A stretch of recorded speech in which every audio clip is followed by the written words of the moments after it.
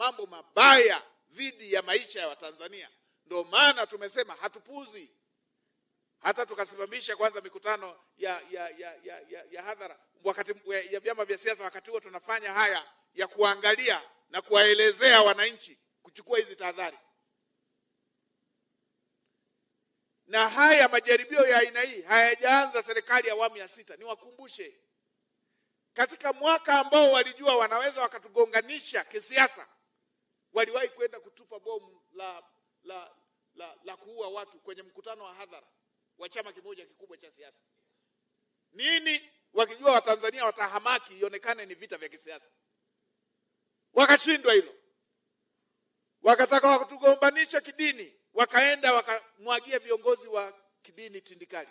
Wakatupa mabomu ya kuua watu kanisani. Wakashindwa.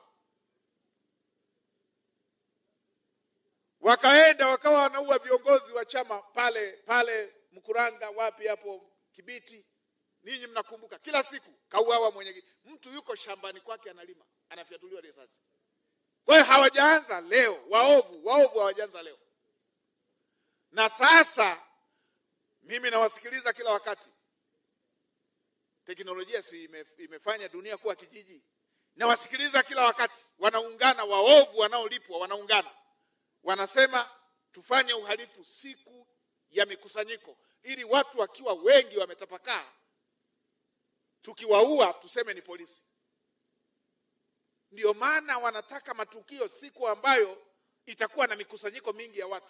Unasikia tufanye Krismasi, tufanye siku ya kupiga kura, tufanye Pasaka, tufanye Sabasaba, tufanye Idi. Nini?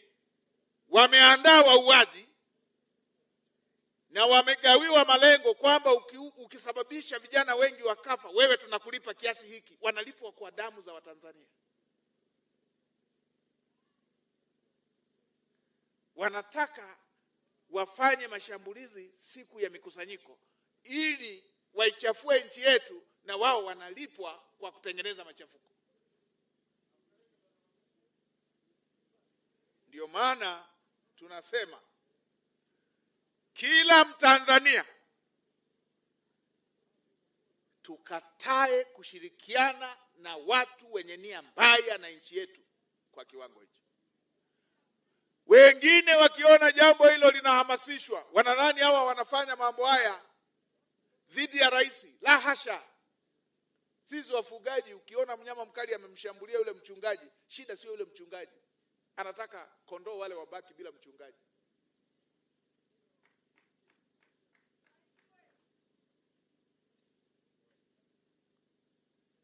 Huu uhalifu sio dhidi ya rais, ni dhidi ya nchi. Huu uhalifu sio dhidi ya vyama vya siasa, ni dhidi ya nchi. Ndio maana tumesema wala msipate shida haya mambo ya vyama vya siasa. Tunataka tujiridhishe na mambo ya usalama kwenye haya mambo yaliyotajwa haya. Mikutano ya hadhara itaendelea tu. Vyama vya siasa viko kikatiba. Wala msiugulie, msiumie, kuwaza jambo la vyama vya siasa, viko kikatiba. Wala hatuna mzozo. Na hata mambo mengine yanayohusiana na tofauti vya kiitikadi, hivi misimamo, mambo ya Mheshimiwa Rais alishatoa mwongozo, tunaenda kuyamaliza yote. Tena tunayamaliza ndani ya nchi. Yote haya mambo ya kisiasa haya. Tunamaliza yote haya.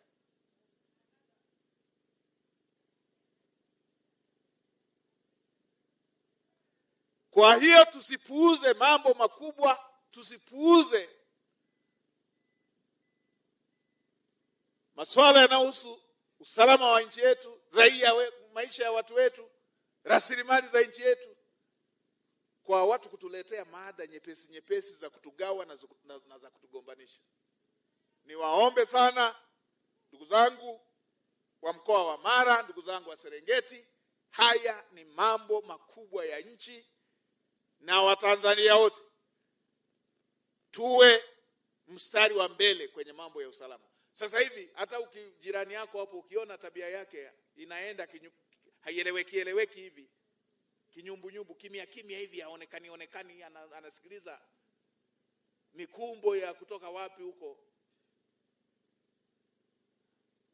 usikae kimya, kwa sababu amani katika eneo lako ikivunjika, na wewe unakuwa sehemu ya hasara itakayopatikana katika eneo lako. Niliona niyaseme haya kwa uzito unaostahili, na niwaombe tusipuuze mambo ya ulinzi wa nchi yetu, ulinzi wa maisha ya Watanzania, ulinzi wa rasilimali za nchi yetu. Na mimi huwa siwaogopi. Kwani sisi watu wa Mara huwa tunaogopa kitu?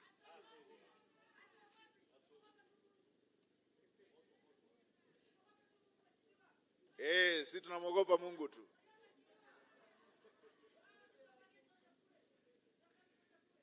Na sisi ndani ya serikali kwenye hili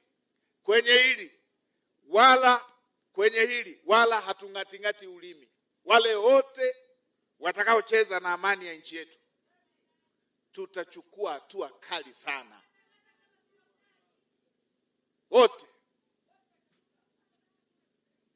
Wote. Yaani kwenye jambo la, tena sasa hivi hatutakuwa tunaongelea kwamba ukafuata mkumbo. Kwenye jambo la usalama wa nchi yetu, ulinzi wa nchi yetu, usalama wa raia wa Tanzania, rasilimali zetu, wala tusidanganyane, hatutacheza nalo. Na ndio maana tunasema wale wanaosema tukutane wanaelekeza kwa magrupu ya WhatsApp, wasitumie magrupu ya WhatsApp. Waje wenyewe. Ndio. Kwa hiyo haya mambo ya ulinzi wa nchi yetu wala hatutakuwa na mzaha nayo. Kwa ndugu zangu, tuongee ngazi ya familia. Tusifanye mzaha na jambo ambalo kama nchi hatuna mchezo nalo.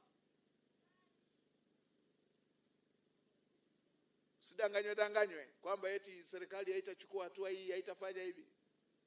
Thubutu.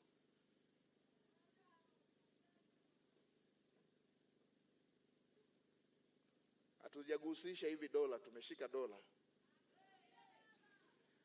Baada sasa ya kuwa tumeyasema haya, sasa tutaanza kupata ufafanuzi wa hoja zilizoandikwa ambazo mmeziandika, na baada ya hapo tutamalizia na zile ambazo zitakuwa hazijafafanuliwa.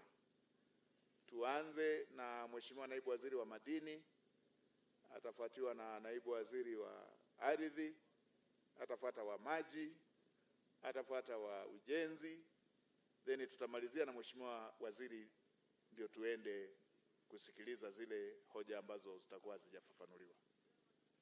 Karibu Mheshimiwa Naibu Waziri.